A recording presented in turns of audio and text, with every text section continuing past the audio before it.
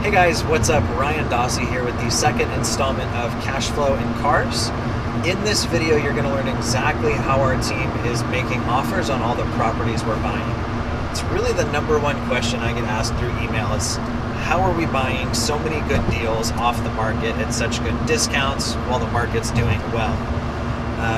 And it really comes down to our approach and to our negotiations, in my personal opinion. Doesn't matter how many leads you've got if you can't close them, right? Lead generation is something we'll get into in multiple other videos because that's a whole other art form and science of itself. But when it comes to negotiations, there's really two main styles I've seen. There's the education. I'm going to explain why we're the best fit for you, the informational sale or pitch, which is what I prefer. And then there's the hardcore close. What actually prompted me to make this whole video, I saw a newer investor post on a Facebook group that he had what he thought was a pretty good deal. He just needed the seller down about another 10 or 20K.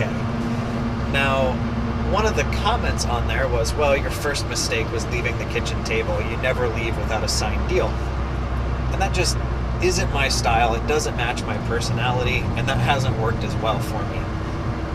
Really, when it comes to dealing with sellers, people are going to buy or ultimately sell to who they like. And if you're trying to force something that's not you, that's not your personality type, it's just simply not going to happen. So what we do right off the bat, we're going to start with the information they've provided or we've gathered on the initial call, which is asking price or ultimately what they think the property's worth. Now, right here at the beginning on a lot of these, you're going to have to dive into damage control on educating them on their asking price.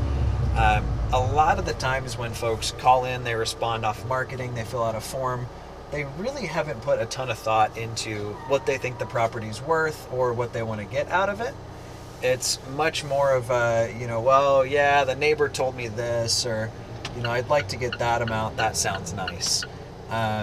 So we typically will walk them through is, hey, we actually went through, pulled comps in your area, hey, in the last 6 months, a year, 2 years, whatever you use, nothing in your area is really sold for that much. How did you come to that number? What you're normally going to find is it's not based off of fact or research they've done. It's literally just a number that sounds like, wow, it'd be cool to get a check for, say, $200,000. So we'll tell them, hey, stuff doesn't really go for that much. Are you willing to sell for, fair market price, or are you looking for somebody to overpay? Oh, no, I'll sell for fair market price. Okay, awesome. So from there, we're going to get right into the condition with you. So we're going to walk through, what the property needs. As we're going through, this is really where we kind of go from their adversary that's there to close them to their ally, and we kind of poke fun at today's retail buyers, right?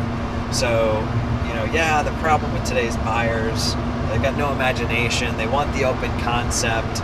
They want granite, stainless steel appliances, hardwood floors.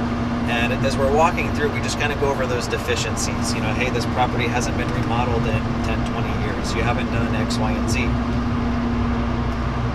After we've kind of painted this picture for them of where they're at versus where their house needs to be to get top dollar, we'll then explain what we think that actual dollar amount of repair costs looks like. Now, guys, I want to make sure I'm really clear here. When we do this, we don't tell them, hey, your house needs $45,000 worth of work. The problem with that approach is if somebody else disagrees with you or tells them otherwise, you've gambled with your integrity, they've now made you a liar.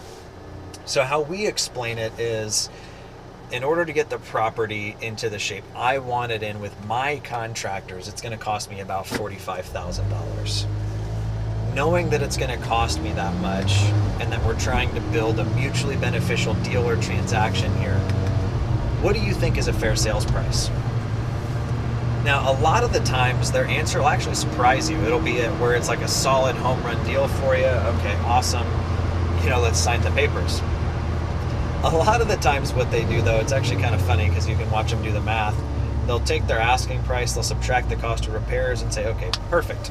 You can give me, $155. And we then have to explain, well, it doesn't quite work like that. I can't work for free. but B, there's going to be overages, the cost of money, taxes, insurance, all of these things that add up.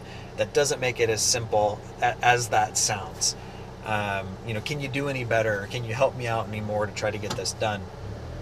And a lot of the times they'll, well, let me think about it, let me sleep on it, or they'll say, well, yeah, I could do this.